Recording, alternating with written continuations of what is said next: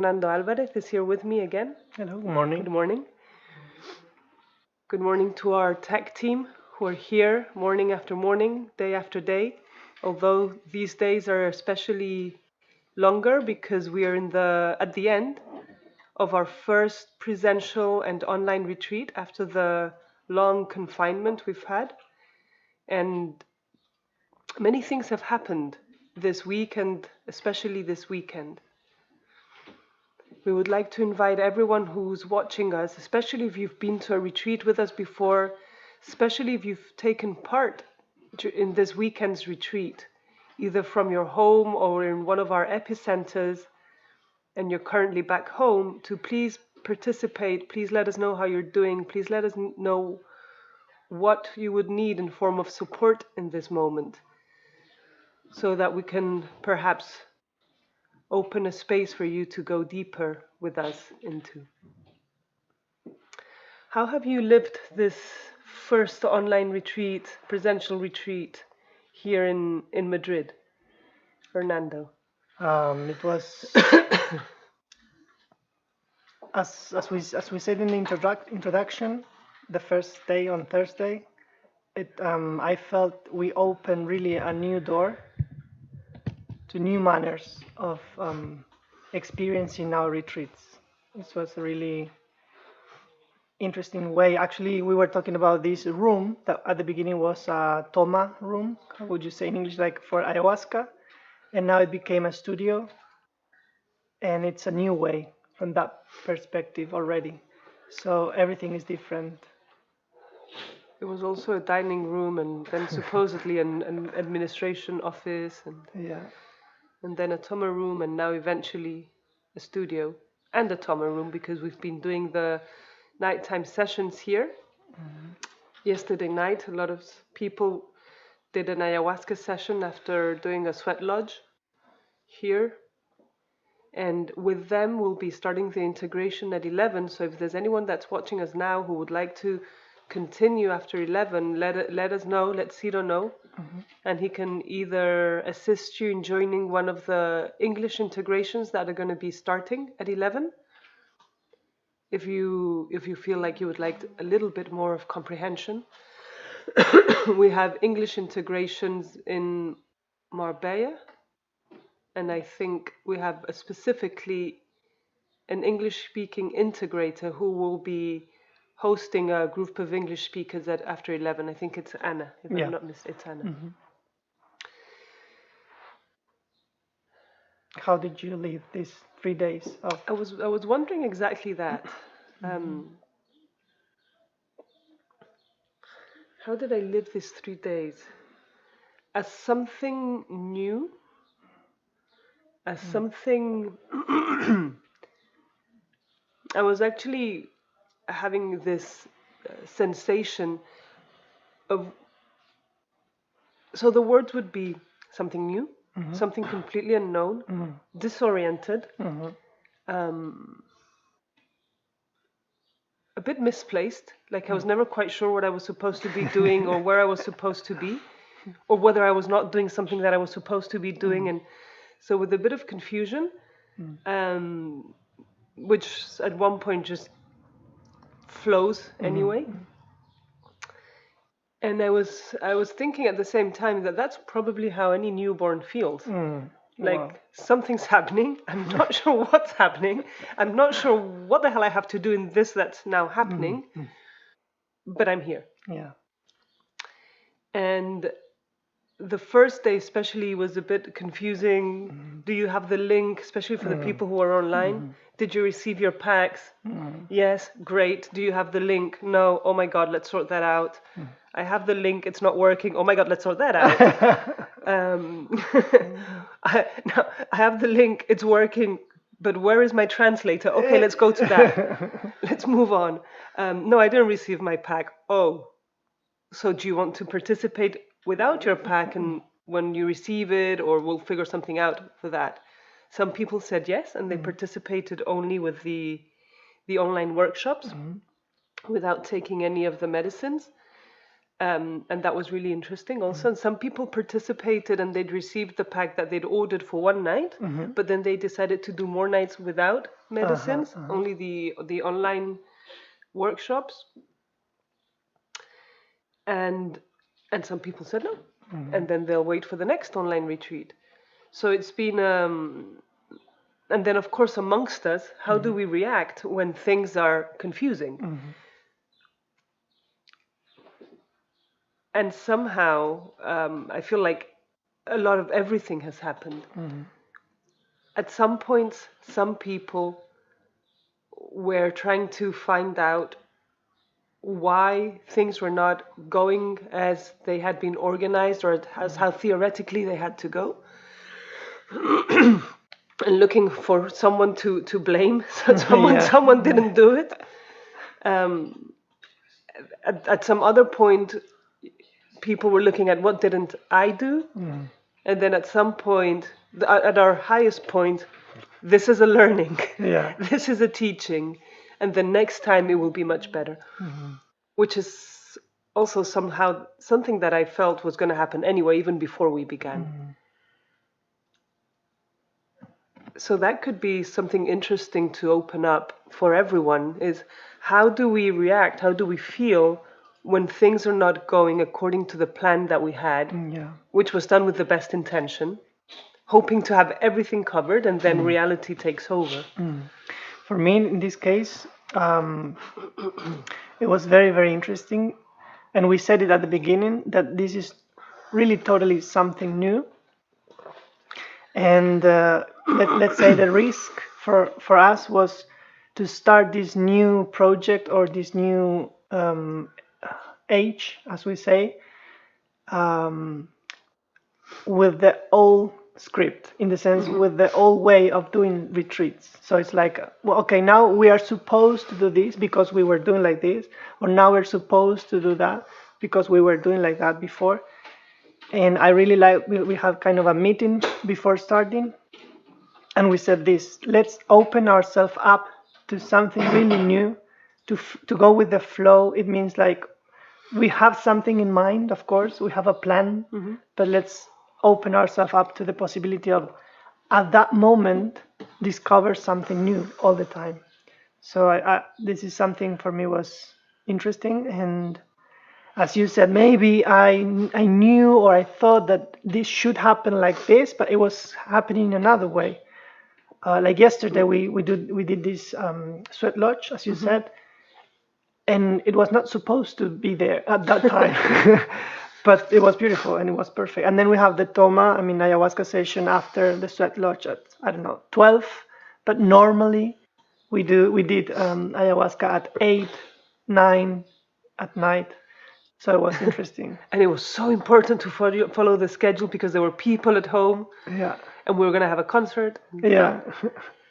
And also, again, what I realized right now when you were talking is that, how do I react? My first reaction is, let's make sure that it wasn't me who fucked up. Let's make sure.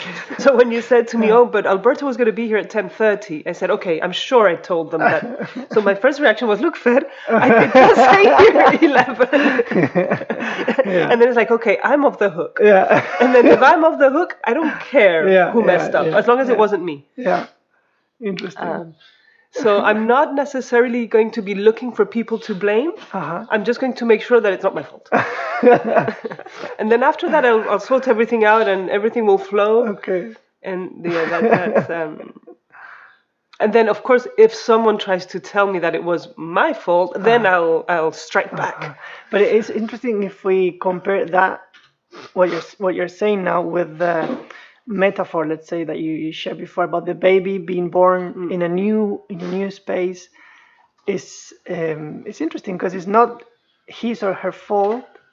There's no a plan, but everything is happening, and it's unstoppable, let's say, in the sense like you are there inside of the experience, and it's this is for me the comprehension, let's say, with this new way of doing everything, like from the room till the way now we share medicines, the way we share integrations, Now this dispositivo, how would you say it? This whole Like this, the way now with this studio here with people there in the middle of a retreat, because we are in the middle, kind of at the end of the retreat. Well, we have facilitators that are now facilitating with this tiny new camera pointing at their face. Yes, yes. Also interesting. I want to speak with Vicente and Eric to know how they feel about that, because somehow we've had training for these 2 months in talking in front of the cameras. Yeah. But facilitating, which has a very big spontaneous component, is probably something different. But yeah, the difference between the baby and me in this case is that I already know that I am to blame. The baby doesn't yet know. So the baby can still try to look at things and saying, wow, okay, I'm going to flow. With innocent. With innocent. It's somehow as if the feeling, the possibility of guilt or blame stops you from flowing. Interesting. Like maybe in the example that I was saying before in my case, I can flow after I've established that I'm not to blame. Then I can flow. Wow. But the first, it's like a block to the flow. It's like a dam, no? Una compuerta. If it's a river that's flowing, it's like first is the dam. Then when that dam is opened, after guilt has been established to not be there, then then everything can flow. The water flows. Yeah, it's interesting. Yeah, and if there's people watching us at this moment, it would be really interesting if they can share about this. How do you feel when you really are aware that you are inside of something new? Because we are always actually inside of something new, but sometimes we think we are, okay, we know what's going to happen now. I'm going to do this. I'm going to have breakfast. Then I'm gonna go to work, and then after this confinement, everything really. I mean, as I said before, everything was changing always, but now we're really aware of, we are inside of something new. And I like what you say about reaction or action, how we behave in this context. Ciro, do we have any comments, questions? No, for now. Only comments. Okay. Comments. And then I don't know if I would like to share something about yesterday with Alberto, but maybe I'm gonna move a bit of the topic. Yesterday we had a broadcast with Alberto Varela, and he presented. We were talking about the lie, the lie and the truth, but basically the lie. And something that really moved me was that he was saying that he had his glasses on his hand as an example, saying some people cannot see this. Even if you tell them, here I have something, or even, and he was saying, even if you tell someone that he or she did something, that person is not able to observe, to be aware of it. So then somehow we were relating this lie with reality. So someone creates, I create my own reality, you create your own reality based on your experience. So even if then after that I come and I tell you, no, but here I have something, if this is going to change your reality, the mechanism does everything for you in order not to see this, in order not to change your reality. Are you following? More or less? I am, and I'm wondering, regardless of my mechanisms that are naturally going to arise to push away the new or the change, how can you know that what you have is the truth if you've also created your own reality based upon your own lies? Yeah, actually, what in this case, in yesterday emission, what was happening is like,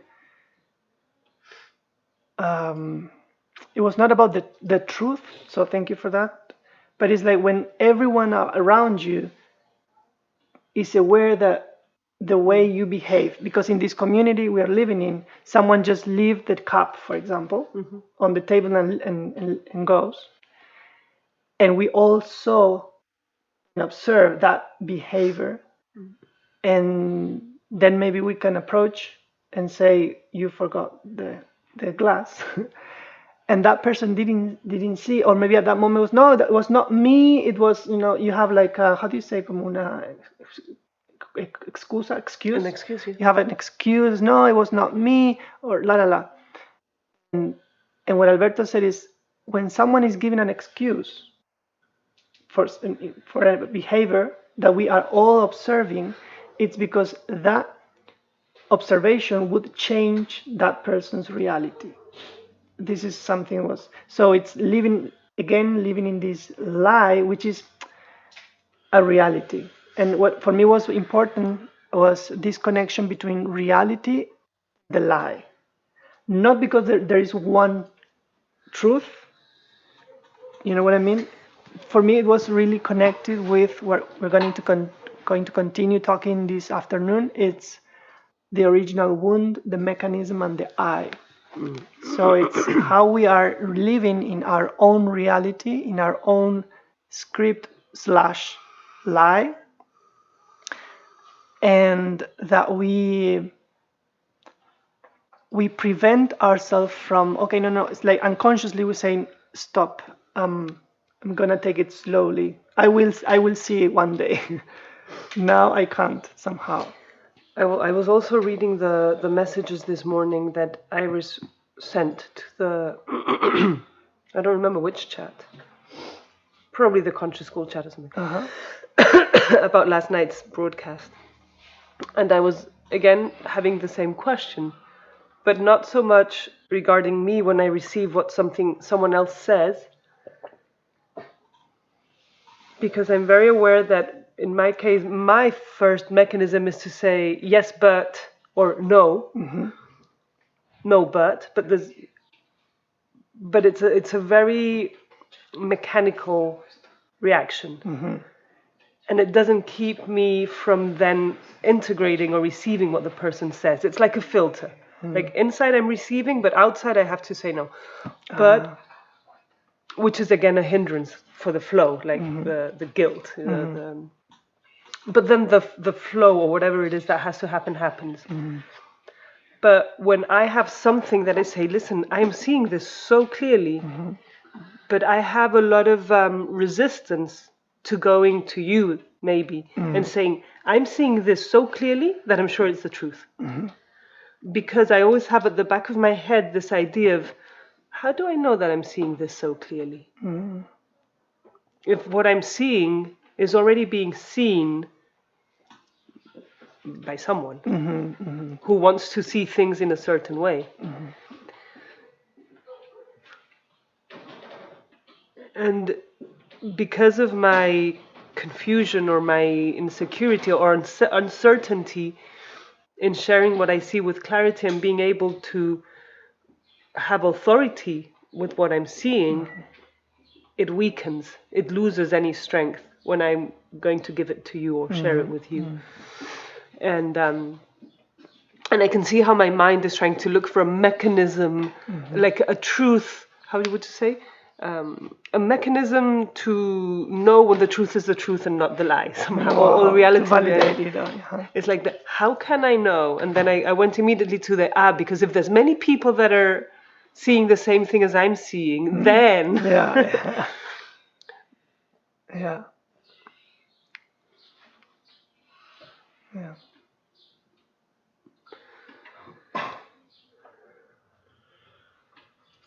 I thought Ciro was going to share something, but yeah, no. me too. Yes. If you want, yes. Because I was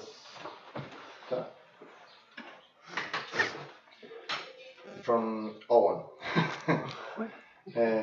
2 months after we learned how to say his name. Can memories of our guilt and shame block or flow?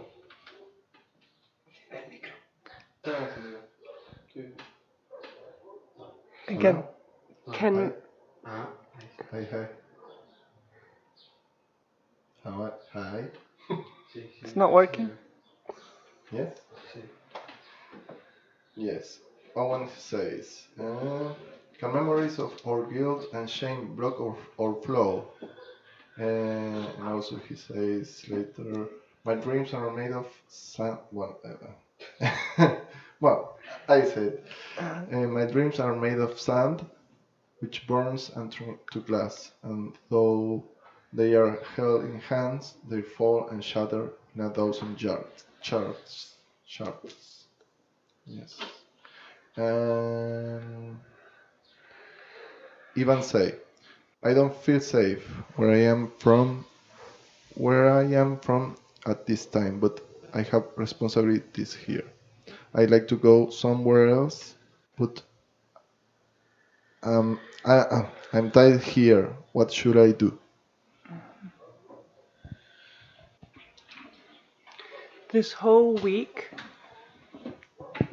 we're going to be opening a space and submerging ourselves in the topic of freedom. And I highly recommend. Did you say Ivan? Elvan? Ivan. Ivan following this week's broadcast, because my feeling from what he's asked, or the question that he's asked, is that you have not yet found that internal space within you where you feel free and you feel safe. And it has nothing to do with where you're geographically located or the ties that you have or the responsibilities you have that are external to you.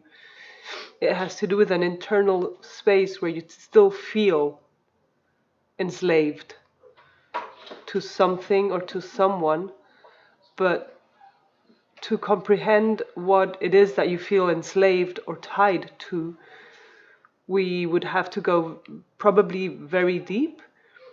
And I don't feel that this is the space for it, because it's something that's delicate and that needs to be treated with a lot of respect and delicacy. It's not just giving a blunt answer of saying, oh, free yourself from this or cut yourself from that, because it's not a how that can have a mechanical reply. But by all means, please follow this week's topic, because I have a feeling that it's going to be very, very rewarding for you. And precious, in the sense that you'll be able to find your own answers within you, and hopefully also your own internal space of freedom.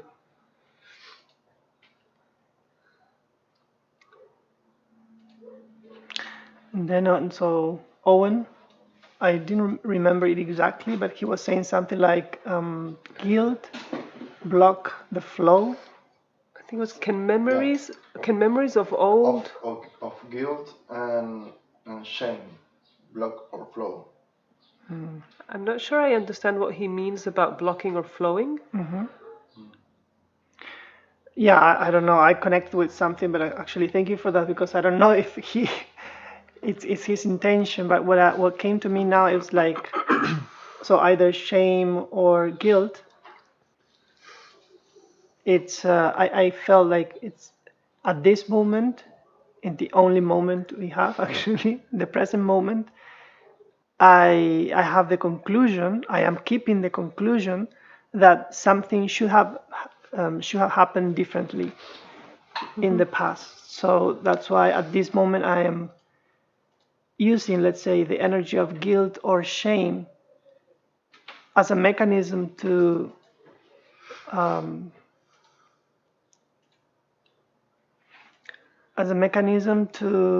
tolerate, let's say, the idea that it shouldn't happen like it did, something like this. This is what I felt when you were reading. I don't know if this is Owen perspective or intention, but this is maybe he could share a little bit more. Yeah.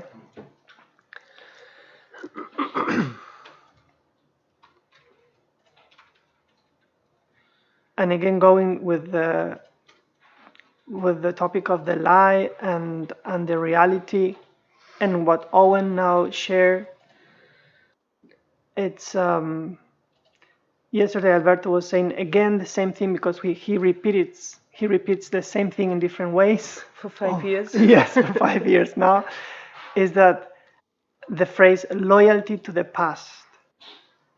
So I will continue sustaining or keeping an idea or conclusion or belief about myself because of loyalty to the past, loyalty to the experience that I had. And I'm gonna close myself up if I have this intention of being attached to an experience that was in the past and is not here anymore. So that's why when we started today broadcast this, and the question was, how did you lead these 3 days of online and on-site retreat? I experienced this, like, okay, I'm not in that moment anymore. I'm not in the way we used to do retreats. It's a new way, it's a new manner, it's a new situation, totally new. So for me, this is the discovery and the comprehension that I wanted to share. And I don't know if Owen added something. Okay. He says, I agree, but he doesn't say anything more Okay. for now. Thank you. What I've also been seeing, and I don't know if this will have something to do with what Owen asked,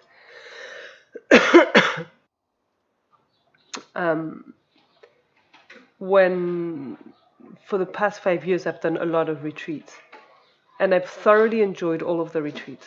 They've always been amazing once in them. But in several occasions, especially before, sometimes after, and very occasionally, very, very seldom, but occasionally during the retreat, I was moved by a lot of self-demand, wanting an amount of perfection out of everything that was happening, and of presence that more than presence could even become control, because of wanting everything to go so perfectly and flow so wonderfully. Yeah. Mm-hmm. So it was a lot of self-demand where I was everywhere at the same time. And somehow that was part of my script. Probably in almost everything that I endeavor. And I do feel that I'm in I'm not going to say a very different space, but let's say in a different space. Mm-hmm. But somehow I feel that me being in that different space has created friction with some parts of some people who were still in the same old script, wanting somehow for me to still be in the same old script. So there was a friction where it was, oh, but you're not present. I am present. I'm just not present in the same way. I'm there. Mm-hmm. If you need anything, let me know. I will be there. But it's interesting how when you've been selling a manner. I was going to say exactly, when you've been selling a manner or a way of being that people have bought, that's not you, and it's definitely not you, and it's not natural, and it's not flowing at all, and it's not trusting at all. When something changes internally, the person who bought it feels ripped off. Yeah. Feels like you're not doing what you're supposed to be doing. But then when you ask, okay, tell me exactly what the problem is, there's like a blank. Yeah. I don't know what the problem is, but you're not present. Okay, but tell me, where do I have to be present in this moment? Yeah. I have a long list. Okay, give me things. I want to solve it. Mm-hmm. Please let me know. Mm-hmm. Blank. Oh, you're not ready to listen.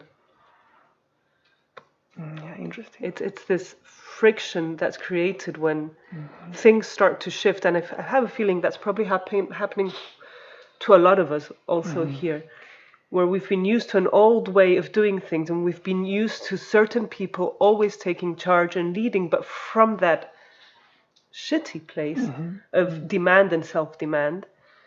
And what's opening up here is a new manner where everyone has the opportunity of becoming responsible by themselves, without demand and without self-demand. Yeah. And it's very easy to go to one side and truly not be present. And it's very easy to go to the other side and continue demanding for things to be the same, when nothing is the same. I mean, Yeah. you know, we're But we're keeping in a that studio. idea, yeah, Huh. yeah, and actually we said it actually so far many times in this open space in Spanish, in Italian, in English, that we have this belief about ourselves. We sell it, as you said, to others, and then we are all responsible of keeping that image. It's not just me, but it's all of us keeping my image alive or your image alive. And when, of course, it changes, but then actually Michela was the first sharing this experience in Italian, in this open space in Italian, that when she moved something like this, I think she went to Colombia, and when she came back, she was totally different. And all her friends and family was trying to remind her how she was, how she used to be, and what they were all expecting from her. And she was in another situation, totally different. So it's not just me and okay, now I want to change, or I did something at a retreat, so I'm gonna, it's also your environment that is affected, let's say. And Yeah, and also it's a shift of where responsibility lies, like true responsibility. Because sometimes you'll find people who want you to still be the irresponsible ones that make them feel like they are superhuman and have to take responsibility for everything. And sometimes they still want you to be that person who takes responsibility for everything to avoid responsibility. So it can be to uphold any kind of image. Yeah. Either the one that I have to do everything because otherwise it doesn't get done, or I don't have to do anything because someone's going to take responsibility for it. So this is like a total shift in the gears. Yeah, and I can see that it's challenging for many people. Shifting the gears of responsibility.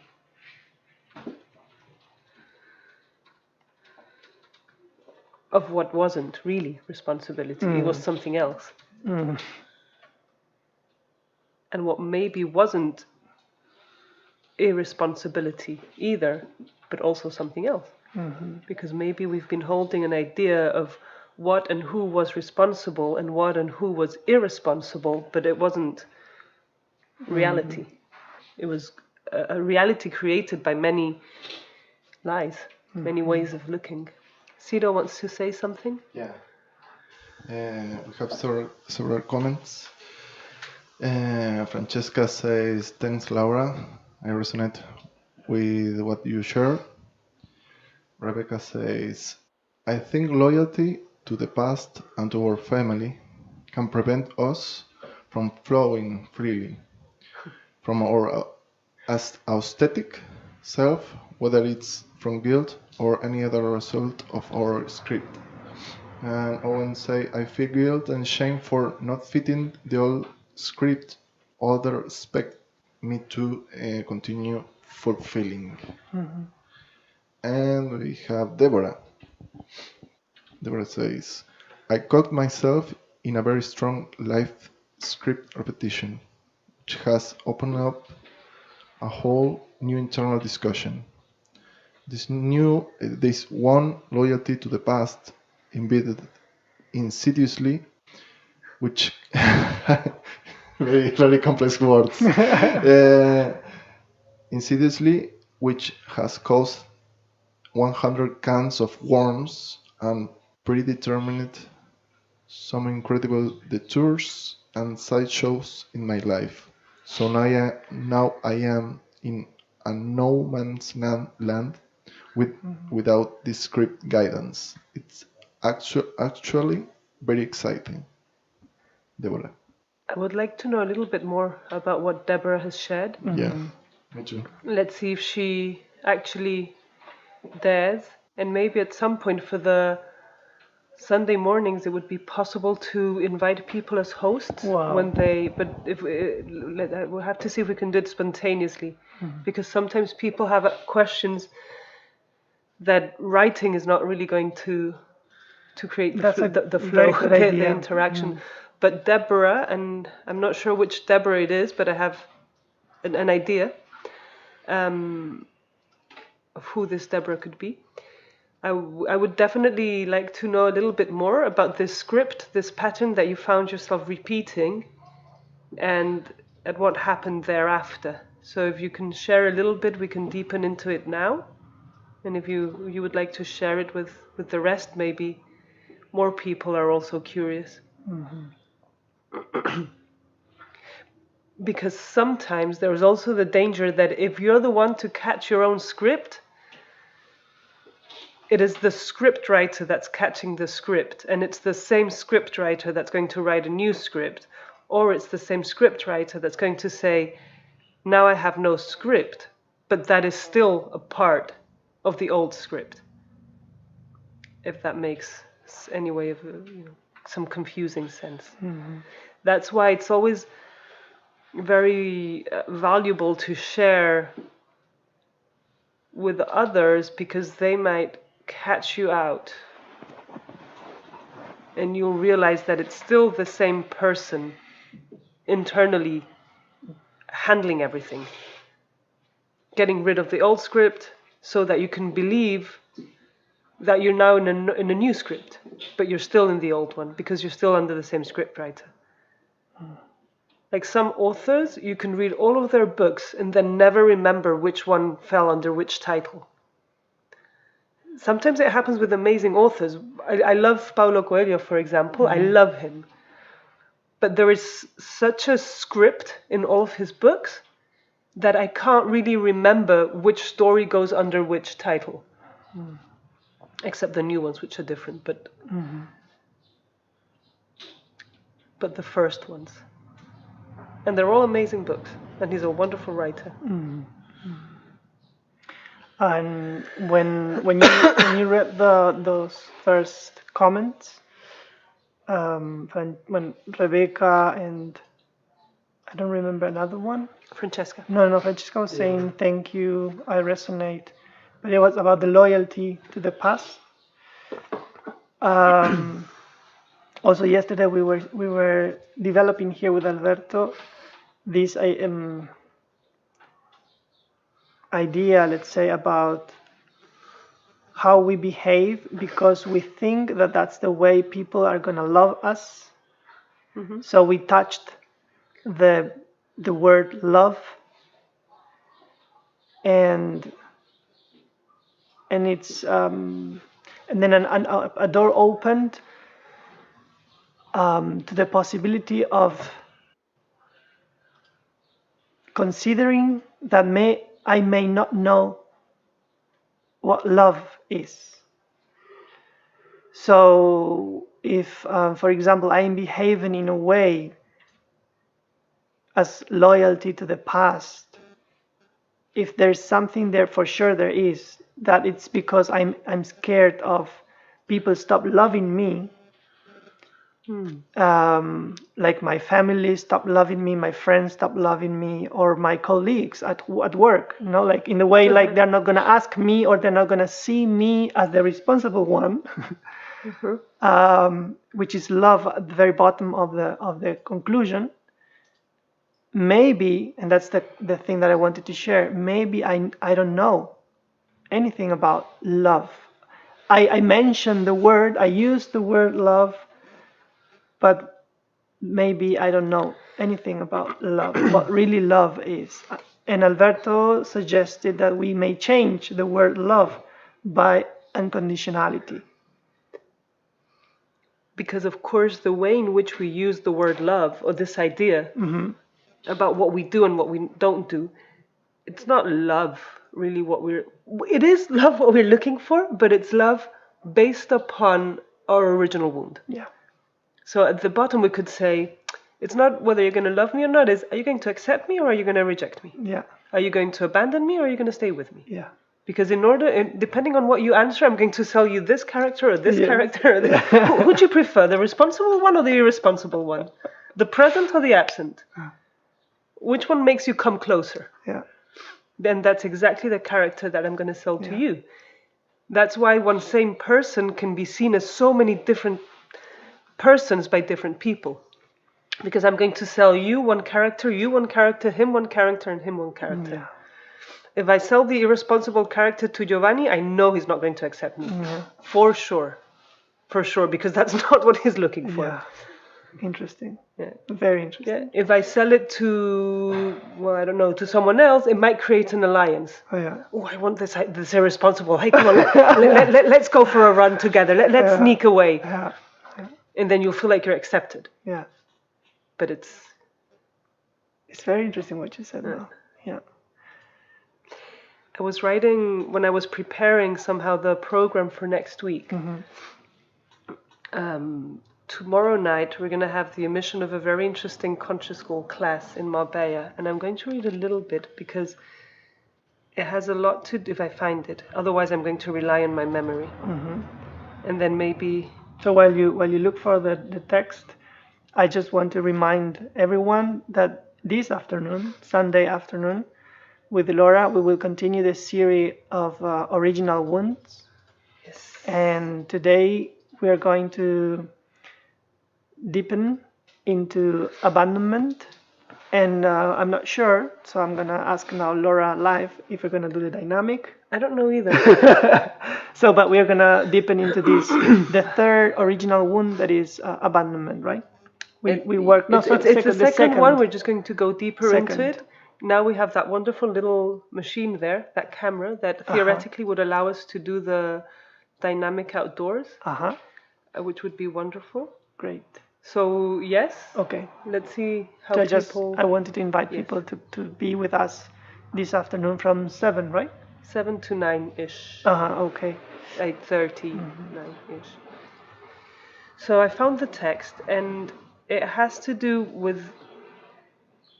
The whole text was a bit longer, but the question that Alberto was asking in this class that we're going to show tomorrow evening is, if you're truly in a process of awakening, do you really need to be aware of it? As soon as someone wants to be aware of whether they're in a process of awakening, of inner evolution, of consciousness, as soon as someone wants to be aware, there's someone interfering with the process of awakening. And then he asked the same question using different words. He said, if you truly love someone, does it really matter to know what love is or not? Wow.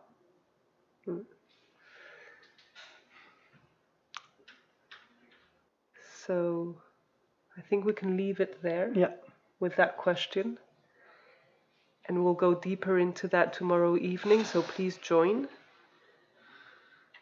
We will be sharing the whole program for the week shortly. You'll be able to find it on our YouTube channel. If you can't, ask us. Ask someone. We will be deepening into the subject of freedom, like we said, every day, from the conscious school perspective, from the beyond psychology perspective on Tuesday evening. We'll be having Monday morning, Tuesday morning, and Wednesday morning different conscious school classes where different groups of mentors will develop it. Tomorrow, I believe it's Anthony and Gustavo from Barcelona. They'll be opening up the space. Tuesday it will be in Italian. I believe, I don't remember by whom, but if you want to watch it, you can watch it afterwards with subtitles on YouTube. And Wednesday it will be in English. We'll see who's the brave person to open up that space. And then Alberto will give 3 master classes, Thursday evening, Friday evening, and Saturday evening, on the subject of freedom, based upon which he already wrote his book, From Prison, From My Newfound Freedom. So please follow us this week. Thank you for being here with us this morning. If anyone wants to continue and join the retreat integration, please let us know on the chat right now, and we'll still have time to hook you up before they begin. Thank you very much, and we will see you hopefully this afternoon. Thank you. Thank you, Laura. Fer. Thank you, everyone.